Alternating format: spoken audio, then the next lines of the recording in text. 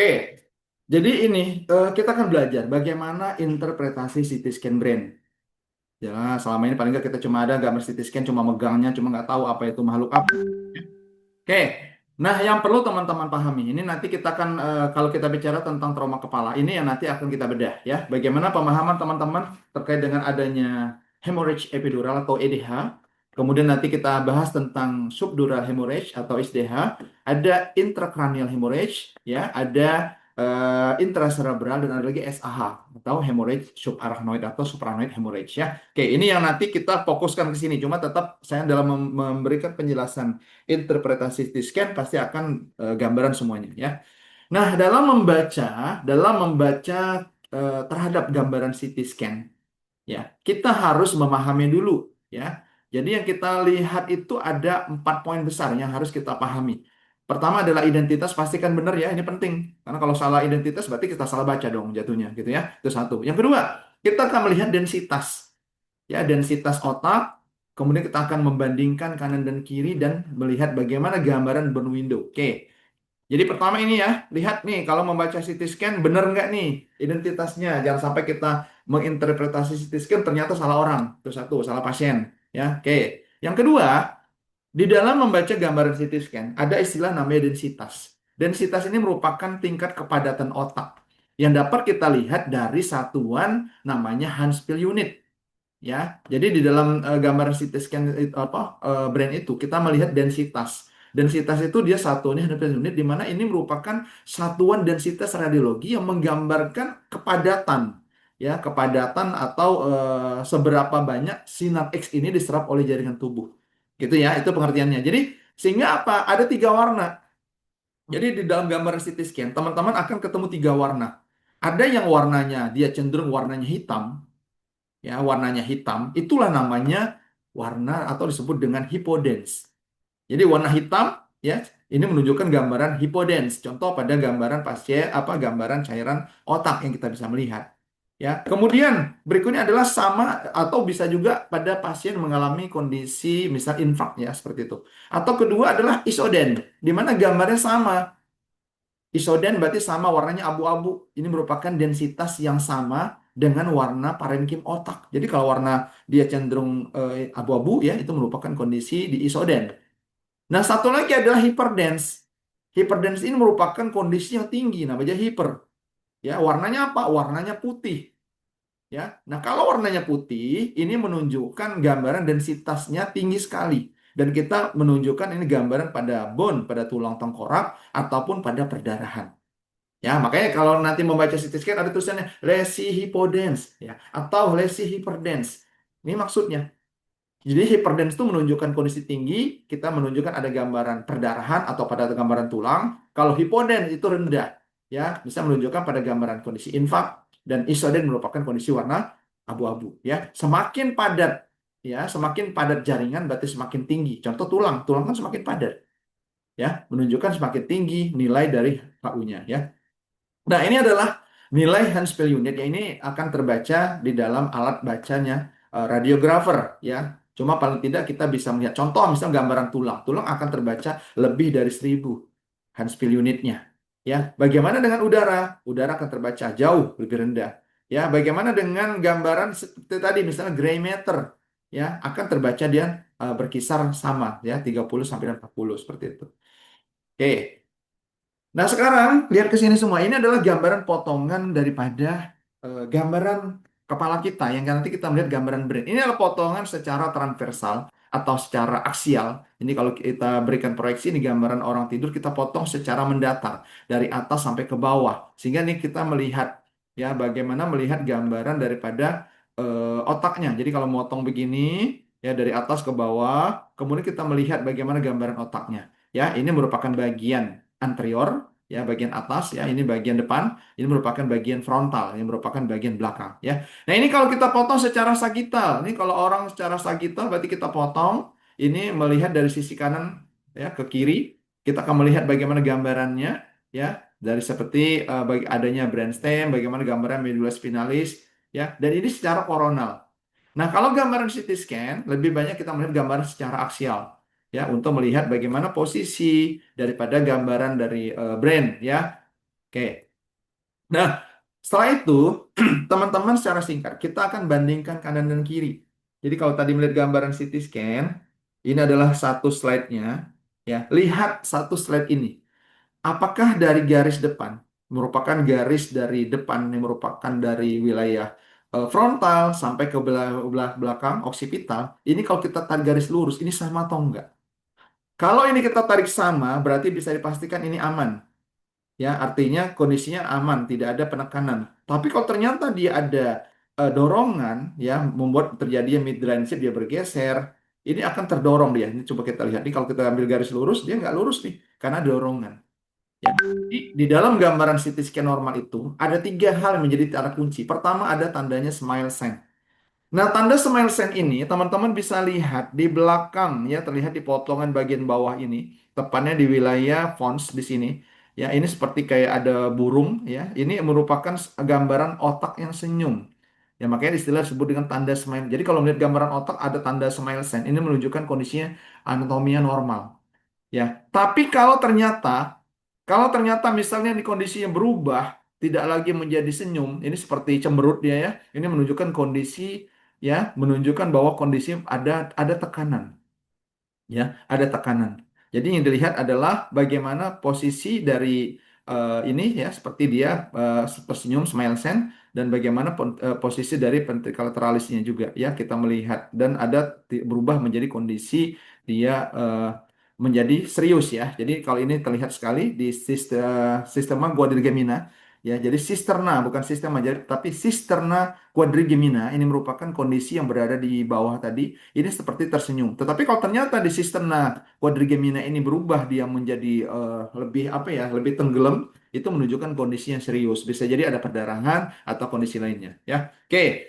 Kemudian kita melihat dalam gambaran CT scan itu kan ada dua lembar. Ada satu brain window, yang satu lagi bone window.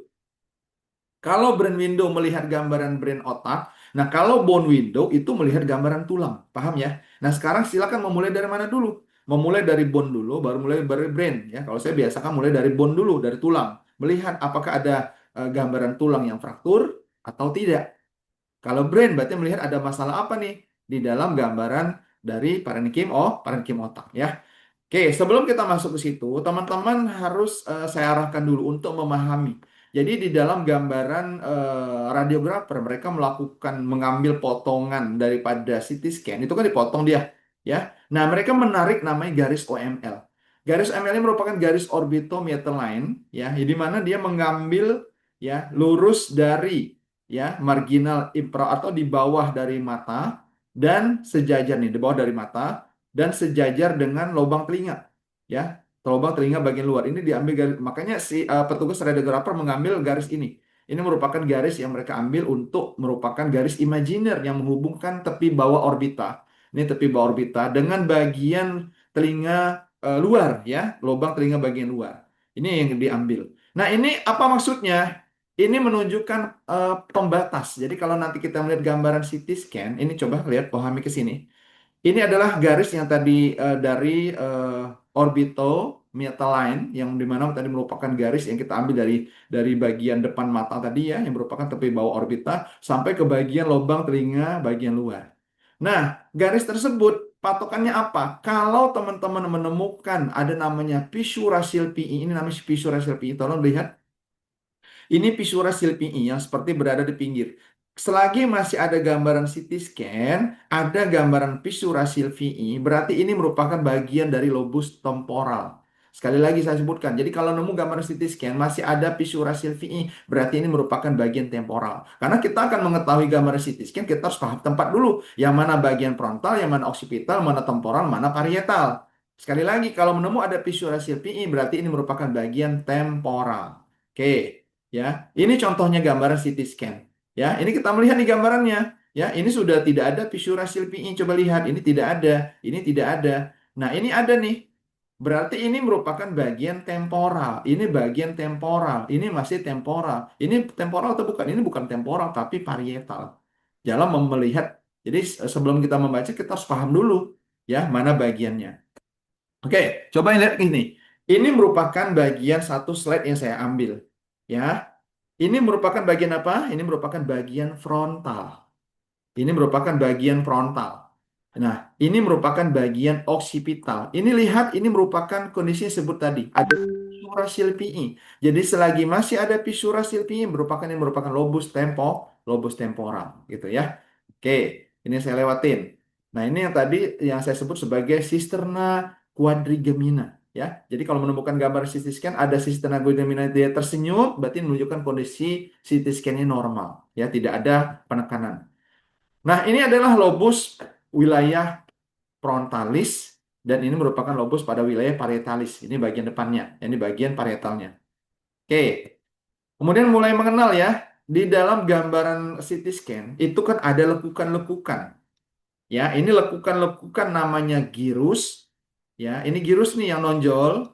Kalau yang paritnya itu namanya sulcus. Kalau saya sih menghafalnya supar. Supar itu berarti sulcus parit. Jadi kalau ibarat jalan, kalau ada lubang apa paritnya ini namanya sulcus. Tapi kalau yang dia ke atas, yang dia nonjol itu namanya gyrus. Ini perlu kita pahami untuk melihat gambaran pada pasien yang mengalami edema cerebri. Ya, oke. Nah, ini merupakan wilayah depan vas cerebri anterior. Jadi dalam gambaran CT scan itu ini merupakan bagian depan lobus frontal yang berada dari vas cerebri anterior sampai ke wilayah belakang yang merupakan lobus occipital yang merupakan vas cerebri posterior. Ini merupakan lobus parietal. Kenapa lobus parietal? Karena sudah tidak ada ya yang merupakan tadi ya. Jadi tidak ada lagi yang kita pahami tadi disebut dengan fissura silpii. Ya, ingatin aja deh si Silpi namanya ya, si Silpi. Mohon maaf kalau ada nama yang sama ya biar gampang menghafalnya ya. Ada Pisura Silpi. Kalau masih ada Pisura Silpi, berarti itu merupakan lobus temporal. Coba lihat ini. Ini lobus apa sekarang? Boleh dibuka mic-nya? Lobus? Ayo dibuka mic-nya. Atau mau buka kolom chat juga boleh. Silakan. Lobus apa ini? Lobus frontal. Frontalis, Bagian, Pak. bagian depan ya, lobus frontal. Frontalis. Oke, berikutnya coba kita akan lihat lobus frontal ya. Nah, kalau ini apa ini? Lobus apa ini? Oksipitalis ya, Pak. Lobus apa? Oksivitalis bukan. Ayo yang lain. Kalau oksipital Parietal. dia di belakang. Parietal kanan. Lobus, lobus apa? Apa tadi ingat tadi tandanya? Kalau ada fissura silpii. Jadi kalau dia nih bisa bedakan ya. Jadi kalau fissura silpii itu bagaimana? Ini fissura. Dia masih ada lekukannya. Ini yang namanya fissura Parietal silpii. kanan. Ya, jadi kalau ada fissura silpii berarti temporal. Berarti kalau kasus ini nih frontal, ini apa ini? Ini lobus parietal karena tidak ada fissura silpii. Paham ya? Oke, yang ini merupakan lobus occipital. Oke, jadi kita dalam satu slide ini melihat lobusnya, berarti cuma kalau nggak dia lobus frontal, occipital, satu lagi parietal, kalau nggak dia temporal. Gitu ya. Oke, ini merupakan ventriculateral. Nah, oke, berikutnya. Nah, ini merupakan ventriculateral, ya. Ini merupakan septum sekat di antara dua ventricle, ya. Ini merupakan basal ganglia, ini talamus, ya. Ini ventricle 3, nanti teman-teman bisa lihat nanti dihafalkan ya. Karena saya lebih fokus nanti hari ini membahas untuk trauma kepalanya. Nah, ini adalah sisterna yang tadi quadrigemina yang melihat bagaimana gambaran normal tadi. Oke, sekarang coba Bapak saya berikan kasus. Coba lihat lagi. Ini merupakan lobus apa tadi? Lobus, Frontalis. lobus frontalis. Frontalis. Oke. Kalau ini lobus frontalis ya. Nah, kalau ini lobus apa ini? Parietalis. Oriental. Eh, lihat ada apa ini? Ini masih ada nggak? Ini yang itu merupakan bagian dari sister apa? Fissura silpii. Ya, berarti lobus temporal. Karena ada ya, ya, jadi merupakan CV. bagian ada fissura silvii, merupakan lobus temporal. Ya, ini merupakan lobus occipital. Jelas ya, jadi jangan kembali ke ini merupakan frontal, ini merupakan occipital. Jadi dalam baca CT scan itu, ini frontal, ini occipital, ini bagian dextra. Ya, sebelah sini adalah bagian dextra atau bagian kanan, ini bagian si sinistra, gitu ya. Oke, ini merupakan tadi sistema quadrigemina. Ini merupakan lobus frontalis. Ya, ini lobus apa ini? Temporalis. Hah? Parietal. Parietalis, Parietal. parietalis. Parietal. Parietalis. Ya, Parietal. merupakan lobus parietalis. Ini merupakan lobus oksipital. Occipitalis. Oke, sekarang udah paham ya posisinya. Nah, sekarang berikutnya kita melihat bone window. Jadi pertama melihat gambaran CT scan, teman-teman melihat gambaran bone window. Bone window itu berarti apa? Kita melihat jendela, melihat apakah ada tanda-tanda masalah nggak di tulangnya. Ya, berarti teman-teman harus memahami ada beberapa sutura. Ya, ada beberapa sutura. Ada sutura koronalis, di mana dia akan memisahkan ya tulang frontal dengan tulang parietal. Ya, ada namanya sutura sagittalis, dia memisahkan kedua parietal. Nih, ya ini parietal, parietal dextra, ini parietal sinistra. Ini namanya sutura sagittalis. Satu lagi adalah sutura lambdoide di mana dia akan memisahkan nih wilayah oksipital dengan wilayah parietal. Nah, kenapa ini perlu paham? Jadi teman-teman, oh ternyata di sini di posisi anatominya pada saat ketemu dengan pasiennya adalah anak-anak pada bayi. Karena melihat gambaran terkecoh antara mana yang sutura, mana yang area fraktur, gitu ya. Nah, sehingga nanti ini gambaran CT scan. Ya, ini gambaran CT scan. Jadi ini tadi kita udah paham ya, ini gambaran CT scan. Ini bagian frontal, ini bagian oksipital. Ya, ini masih ada ya, viscera silpii berarti wilayah temporal. Ya, wilayah temporal karena masih ada viscera silpii. Nanti lihat di mana posisi frakturnya. Gambaran fraktur mesti dia lurus, bersih. Tapi kalau ternyata di sini ada gambar garis hitamnya, atau dia terlihat kalau memang frakturnya yang berat, dia akan terlihat seperti ini ya. Jenis frakturnya diastasis ya sampai dia pecah. Nah, tinggal disebutkan misalnya. Jadi jenis fraktur itu ada cuma fraktur linier, cuma garis. Ada fraktur depresi dia tertekan ya, jadi sampai penyok ibaratnya itu fraktur depresi. Satu lagi fraktur diastasis pada tulang tengkorak itu. Nanti tinggal sebutkan, misal contoh ini pada wilayah mana nih? Pada wilayah frontal. Berarti sebutkan ada fraktur diastasis di regio frontal. Gitu ya. Seperti ini misalnya di mana nih frakturnya? Kita melihat nih. Berarti adanya fraktur linier di mana? Di temporal dextra. Di mana ini sekarang posisi frakturnya? Oh, ada fraktur depresi. Di mana depresinya? Di ini lihat nih wilayah mana nih? Ini udah wilayah wilayah ini ya, udah wilayah varietal ya. Kan sudah tidak ada fissura sylvii. Berarti ada fraktur depresi di mana? Di lobus parietal sinistra. Jadi gitu membacanya. Nah, ini contohnya. Ini fraktur depresi. Jadi kalau fraktur depresi itu benar-benar dia ketekan ya, jadi sampai pecah, kedorong. Ya, sampai kedorong dia seperti ini. Tinggal di mana posisinya. Oke, berikutnya kita akan kalau tadi adalah bone window. Jadi kalau bone window itu melihat apakah ada gambaran fraktur atau tidak. Ya. Berikutnya kita melihat brain window. Ini adalah gambaran otak yang kalau kita lihat ya, ini adalah sulcus centralis, dia memisahkan kedua. Ya, ini adalah sulcus yang merupakan nanti gambaran ya yang tadi yang saya bilang tadi ya, ini merupakan kalau yang parit ini namanya sulcus, kalau yang nonjol namanya gyrus ya seperti itu. Nah, jadi ini sulcus sama gyrus ya, jangan sampai kebingung ya. Yang bawah, yang parit namanya sulcus. Kalau yang nonjol namanya gyrus. Nah, kita melihat sulcus dan gyrus ini kaitannya pada pasien yang mengalami edema cerebri. Normalnya ini adalah gambaran CT scan. Ya, ini gambaran CT scan. Coba kalau kita lihat ini wilayah apa tadi namanya? Wilayah frontal ya. Ini frontal. Nah, kalau ini apa nih wilayah apa namanya? Kalau ini lobus apa? Parietal. Lobus parietal karena tidak ada fissura sylvii ya. Ini kondisi yang normal. Kenapa normal? Ini kalau kita ambil garis lurus dia lurus tegak. Tidak ada yang menekan, tidak ada midline shape. Lihat bagaimana gambaran ada girusnya. Oh, ada girusnya ada terlihat nih. Ada sulcusnya ada ya. Walaupun ini kan foto mungkin tidak jelas ya. Nah, coba lihat foto yang sebelahnya. Foto sebelahnya ini kita tidak melihat yang mana sulcus, yang mana gyrus. Terlihat sama semua.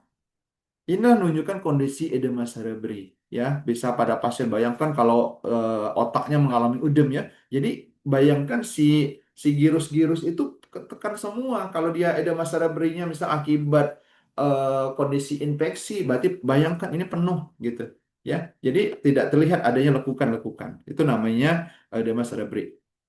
Nah, ini adalah gambaran kalau saya membagi gambaran lobus ya. Inilah lobus frontal, ini merupakan lobus occipital, ini adalah lobus temporal. Makanya tadi kalau masih ada sisterna, masih ada fissura silpii, berarti lobus temporal. Kalau tidak ada, berarti udah masuk wilayah atas nih, udah masuk lobus parietal, gitu ya. Nah, kalau tadi adalah gambaran normal dan edema cerebri, nah ini coba lihat sebaliknya. Ini adalah gambar edema cerebri, kita melihat nih ya. Udah jelas tidak ada sulkusnya, tidak ada girusnya. Nah, ini lawannya. Ya, ada atrofi cerebri. Jadi kalau terlalu nonjol, ini bukan normal juga. Contoh pada pasien lansia yang mengalami atrofi cerebri dia. Kalau yang normal, dia tidak sampai berlekukan parah seperti ini. Ya, ini kondisi di mana otaknya dia mulai mengalami atrofi. Ya, ini atrofi cerebri ini. Ini kondisi atrofi cerebri.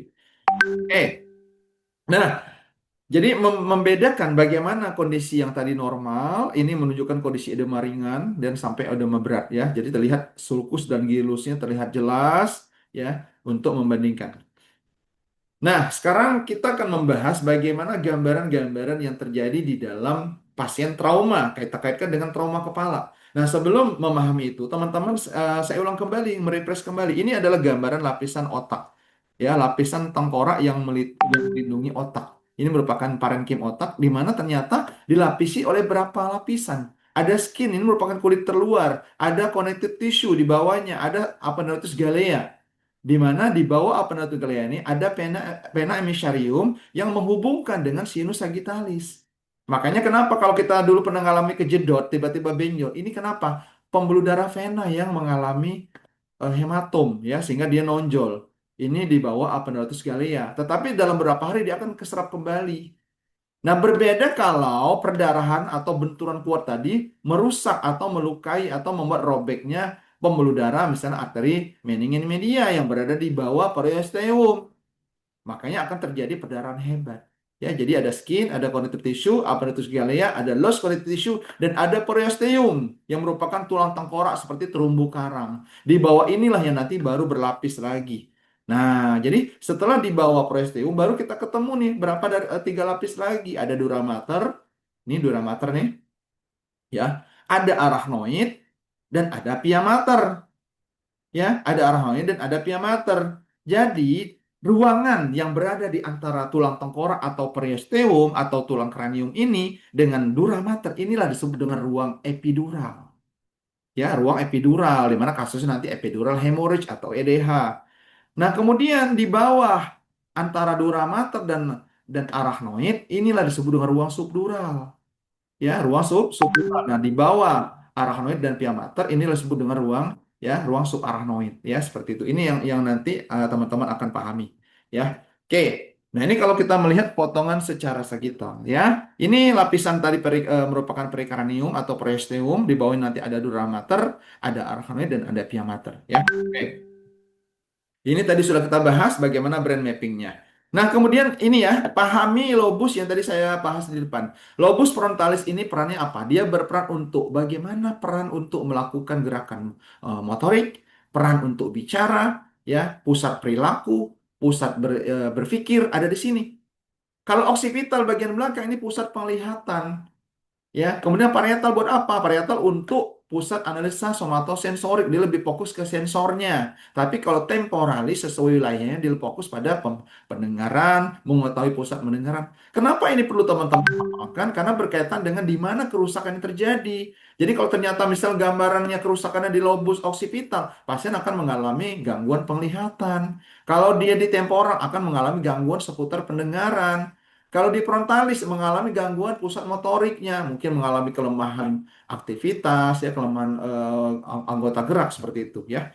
Oke, kemudian ini kita bahas sedikit tentang bagaimana aliran, ya, aliran dari cairan cerebrospinal. Tadi setelah saya bahas sedikit di atas, pada saat ada suatu kondisi ada beban atau ada tambahan komponen yang mengisi di ruang tengkorak. Contoh pada kondisi misalnya ada perdarahan, ya ada tumor. Nah, tubuh atau melakukan kompensasi dengan cara apa? Dia mengurangi vena dan mengalirkan cairan cerebrospinal.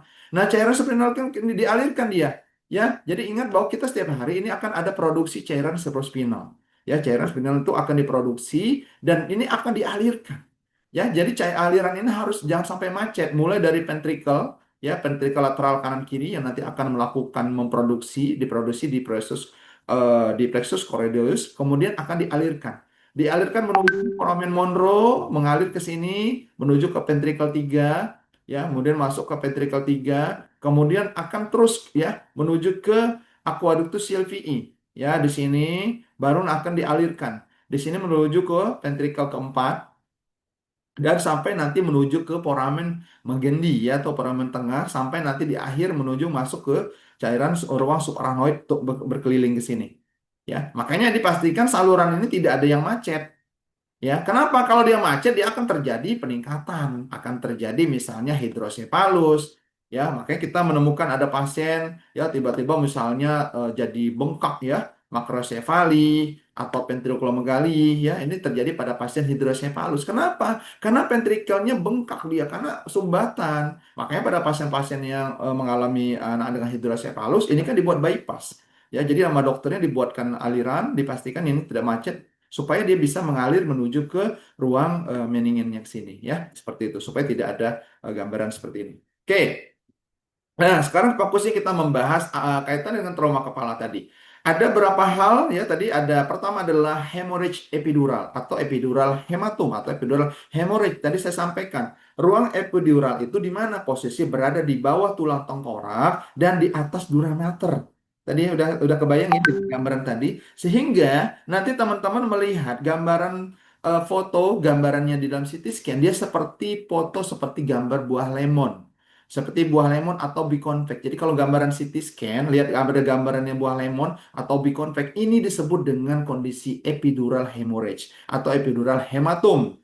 Ya, berarti kalau membaca ini gimana? Oh, ini adalah epidural hemorrhage. Epidural hematum di mana? Di lobus. Lobus mana aja nih? Dua nih, bisa mengenai pada wilayah frontal dan pada wilayah apa nih? Ini temporal atau parietal?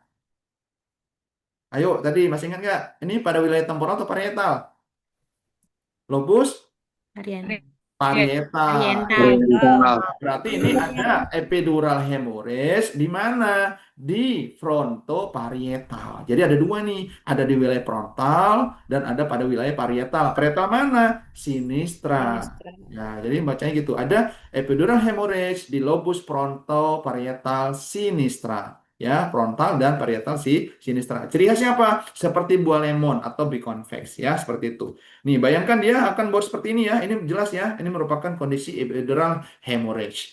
Nah, kemudian yang berikutnya, ini kondisi epidural hemorrhage ini kondisi yang memang beresiko fatal ya kalau tidak ditolong. Bayangkan semakin besar dia akan mendesak. Dia mendesak mendorong midline ini segera untuk dilakukan evakuasi ya dengan cara nanti dilakukan craniotomy ya dikeluarkan dia darahnya.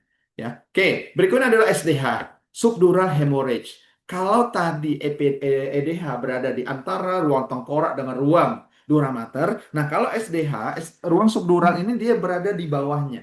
Berarti berada di bawah apa? Ya, antara dura mater dan arachnoid. Ya, berada di dura mater dan arachnoid. Ciri khasnya apa dia?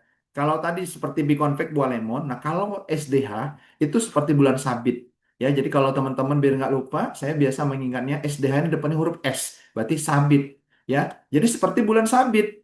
Ini bulan sabit berada di pinggir, seperti kalau kita naruh sebuah pisang, tapi pisangnya yang nggak lurus ya. Tapi lebih enak bulan sabit ya, biar nggak lupa. Nah, ini contoh yang lihat nih. Ini ada seperti bulan sabit di pinggir. Kalau tadi kan melengkung dia seperti biconvex, seperti buah lemon. Nih seperti ini. Nah, ini tinggal kita baca. Ya, berarti ini ada apa nih? Ada subdural hemorrhage atau hematum di mana coba? Di lobus. Lobus apa? Parietal. Oriental. Parietal mana? Dextra. Parietal dextra. Jadi ada SDH di lobus parietal dextra. Oh, hebat nih perawatnya udah bisa baca CT scan ya. Nah, ini SDH ya, lihat gambarannya. SDH, jadi dia akan mengisi di ruang antara dura mater dan arachnoid. Bayangkan kalau ini ada perdarahan, Ini kan berarti akan menambah isi dalam kranium. Tadi ingat kan bahwa komposisi di dalam tadi doktrin Monroe ini harus konstan ya. Ada parenkim otak, ada darah, dan ada cairan cerebrospinal. Sementara ini ada darah tambahan akibat trauma, ada SDH. Berarti ini akan membuat terjadinya mekanisme kompensasi. Tergantung berapa banyak. Kalau darahnya masih sedikit, masih bisa toleransi. Tapi kalau udah perdarahan hebat, berarti kan udah susah. Akan timbul tadi ya, seperti itu. Oke, kita udah membahas mana itu EDH, mana itu SDH. Bedanya di mana tadi? Ini lihat bedanya ya. Ingatin, kalau EDH tadi seperti buah lemon atau biconvex. Buah lemon atau biconvex. Sedangkan SDH dia seperti bulan sabit. Ingatin tuh. Jadi S-nya sabit, EDH berarti buah lemon, bukan melon ya, lemon. Buah lemon ya. Oke, berikutnya adalah hemorrhage intrakranial. Kalau hemorrhage intrakranial berarti kita melihat adanya perdarahan di intrakranial. Ya, biasanya diikutin pada kondisi kontusio ya. Jadi ini berupa pecahnya pembuluh darah pada wilayah intracerebral. Ya, biasanya pada pasien-pasien stroke ya, ada perdarahan. Kita melihat di sini akibat apa? Akibat pecahnya pembuluh darah. Akibat tekanan darah yang terlalu tinggi, bisa akibat kelainan ya, bisa jadi mungkin ada aneurisma, ya aneurisma pecah dia, sehingga ini akan membuat terjadinya perdarahan. Nah, bagaimana caranya? Jadi kalau tadi dia posisi di pinggir, kalau intracerebral dia di dalam parenkim, ini dalam parenkim otak. Jadi bagaimana teman-teman menghitung jumlah darahnya? Ya, ini saya berikan contoh. Jadi cara menghitung darahnya bagaimana? Anggap ini adalah gambaran CT scan. Ya, ambil slide yang paling besar, perdarahannya. Contoh ini kan dari gambaran slide ini kan yang paling besar ini ya. Nah, ini kita ambil. Kemudian teman-teman ukur. Nah, cara ngukurnya gimana? Ini kan di pinggir CT scan tuh kan ada penggarisnya nih. Ini ada penggarisnya nih.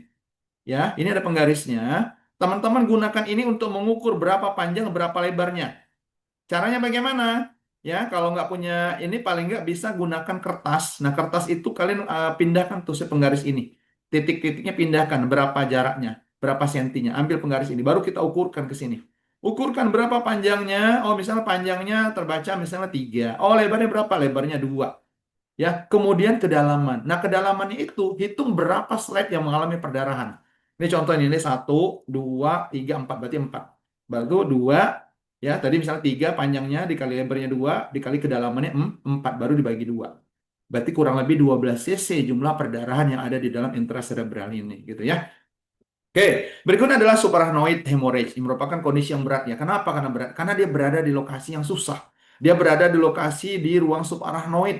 Dia berada di antara arachnoid dan pia mater. Dan ini seringkali pasien yang meninggal. Ya, kenapa? Karena kondisinya berat. Susah dievakuasi. Berbeda dengan epidural ataupun SDH. Ya, jadi kalau SAH ini dia berada di dalam dia. Nih beda kalau tadi kan EDH di sini, di luar. Ini SDH dia di luar sini juga. Tapi kalau SAH dia di dalam, ya. Sehingga ini penyebabnya bisa akibat ruptur aneurisma otak, bisa malformasi daripada arteri, atau bisa juga akibat memang perdarahan akibat trauma, ya. Itu yang terjadi pada pasien SAH. Jadi SAH itu rata-rata paling nggak dia dengan treatment ya, dengan konservatif obat. Ya, jadi mekanisme SAH ini kenapa? Ini biasanya dari lahir memiliki kondisi aneurisma ya, seperti kalau kita punya balon, balonnya ada yang tipis. Nah, ini berisiko tiba-tiba pecah. Ingat dulu ada kasus seperti dulu ada artis namanya Sukma Ayu ya, dia mengalami aneurisma ya, sehingga dia pecah mengalami seperti ini ya. Oke. Nah, ini tadi konsepnya sama dalam melakukan manajemen trauma ya, seperti itu. Nah, edema cerebri, jadi tadi kondisi adanya gangguan bisa EDH, SDH ini kan mempengaruhi adanya edema cerebri dan pasti akan mengalami suatu kondisi peningkatan tekanan intrakranial. Bayangkan tulang dalam kranium ini kalau ada perdarahan berarti akan menimbulkan tekanan intrakranial. Normalnya berapa? Normalnya 10, ada yang menyatakan 7 sampai dengan 15. Ya, jadi kalau udah lebih dari 20 itu merupakan kondisi abnormal. Dan ini merupakan kondisi yang berisiko, apalagi sudah mencapai 40 ya, ini merupakan harus segera dilakukan tindakan. Jadi bagaimana tata laksananya pada suatu kondisi ada kondisi misalnya epidural hemorrhage ya, di mana perdarahannya lebih dari hitungan udah lebih dari 30 cc, ya ini pergeseran midline sheath-nya udah lebih dari 5 mili bergesernya, ini udah harus dilakukan tindakan pembedahan, dilakukan kraniotomi ya. Jadi patokannya begitu. Dan ini tergantung dari kondisi pasien ya. Jadi tata laksana ini akan dilakukan tergantung indikasi ya. Apakah dia masuk kategori indikasi seperti pada lansia, lansia sudah tidak masuk lagi kondisi untuk indikasi dilakukan tindakan kranio ya. Jadi tergantung bagaimana usianya.